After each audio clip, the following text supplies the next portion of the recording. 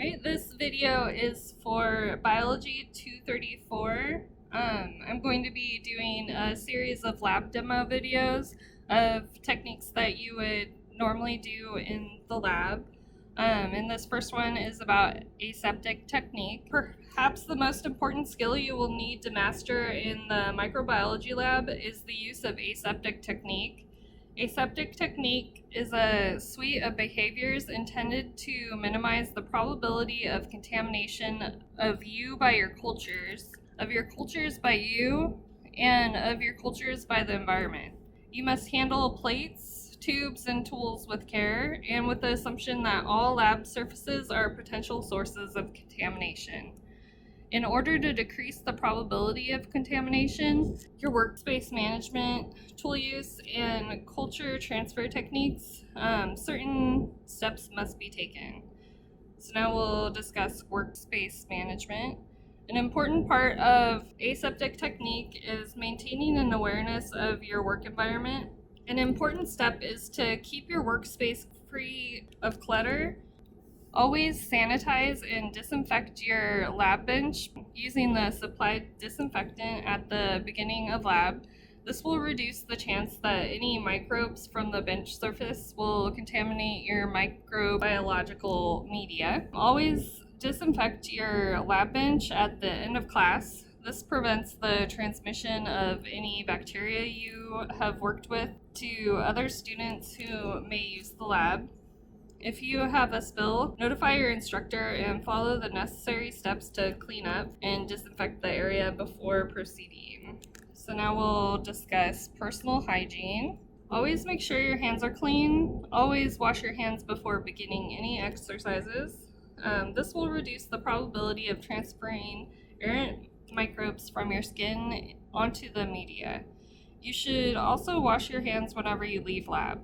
This will ensure that you do not carry any unwanted microorganisms to any items that you might touch, such as a drink on the shelf outside the lab, or onto your backpack when you leave.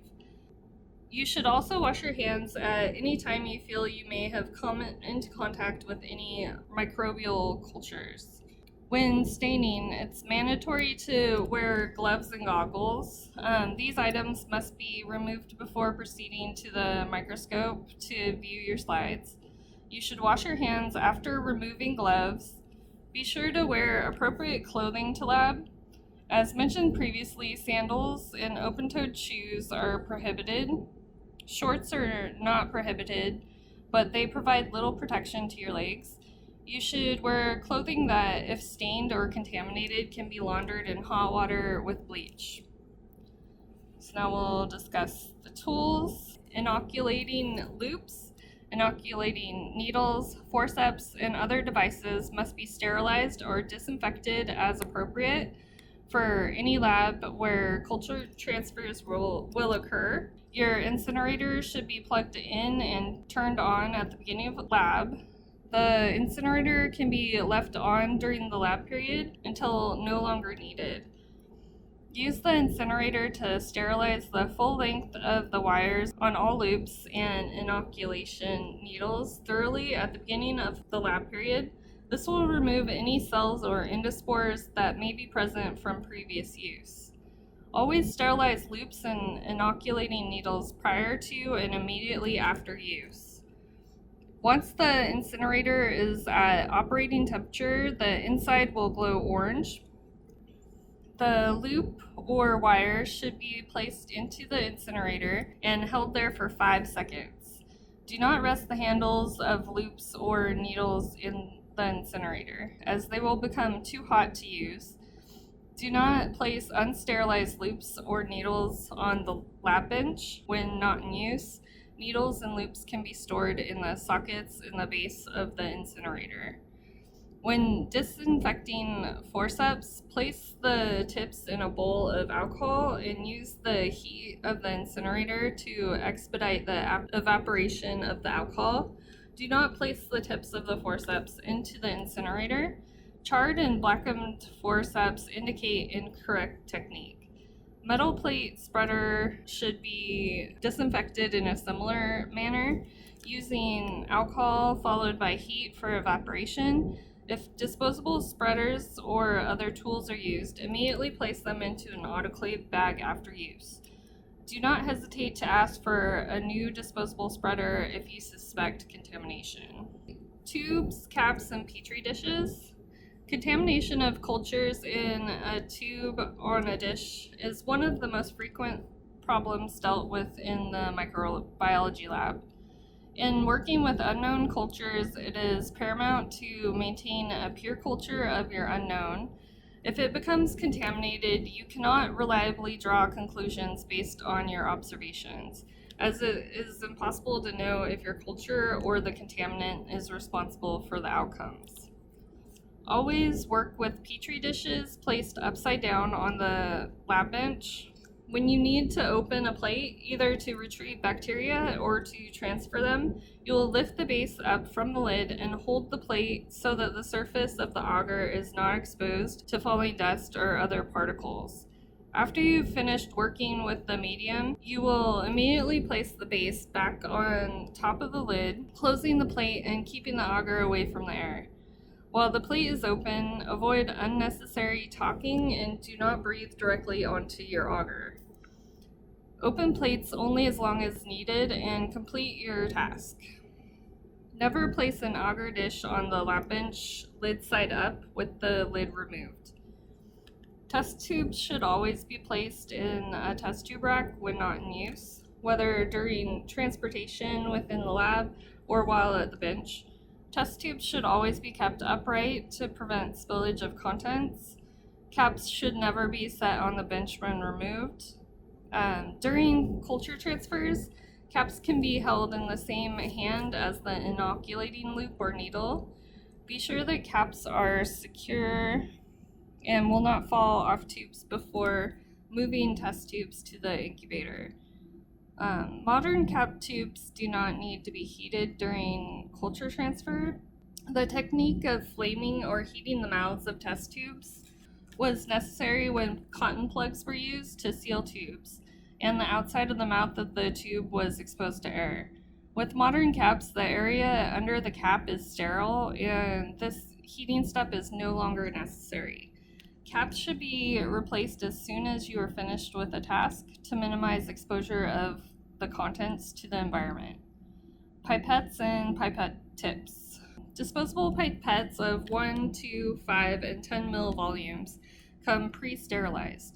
After removing the pipette from the wrapper, it's important to keep the tip from touching any surfaces.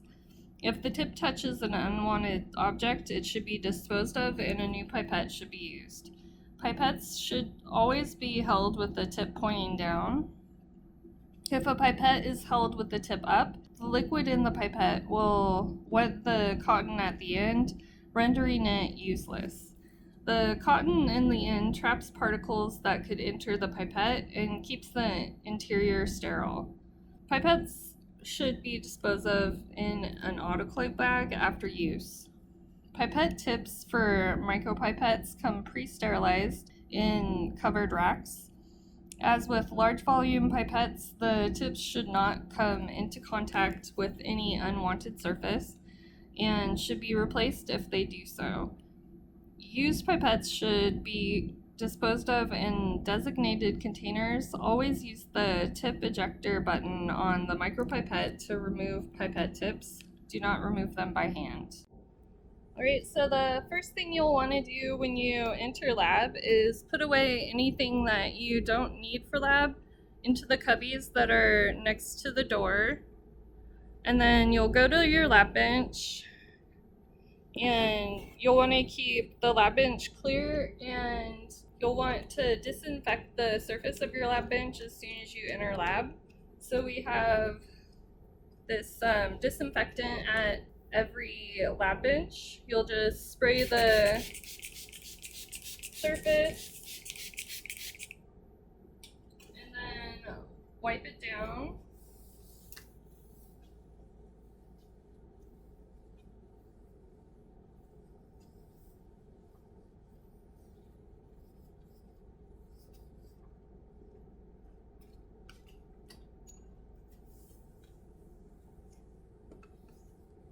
And then you'll just let that air dry, and you'll want to grab your back de-incinerator,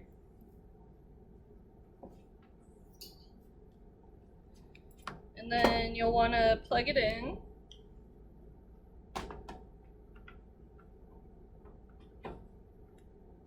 And turn it on. It looks like it was already on. And then you'll wait until you can see the inside start glowing orange. So I'll be back once it's heated up.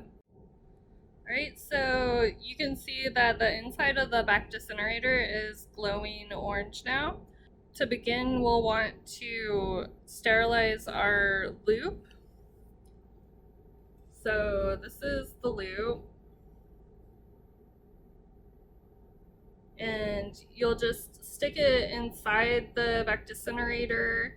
So when I first start, I always do it like probably way longer than you're supposed to, just to make sure that nothing is on this to begin with. And then I let it cool.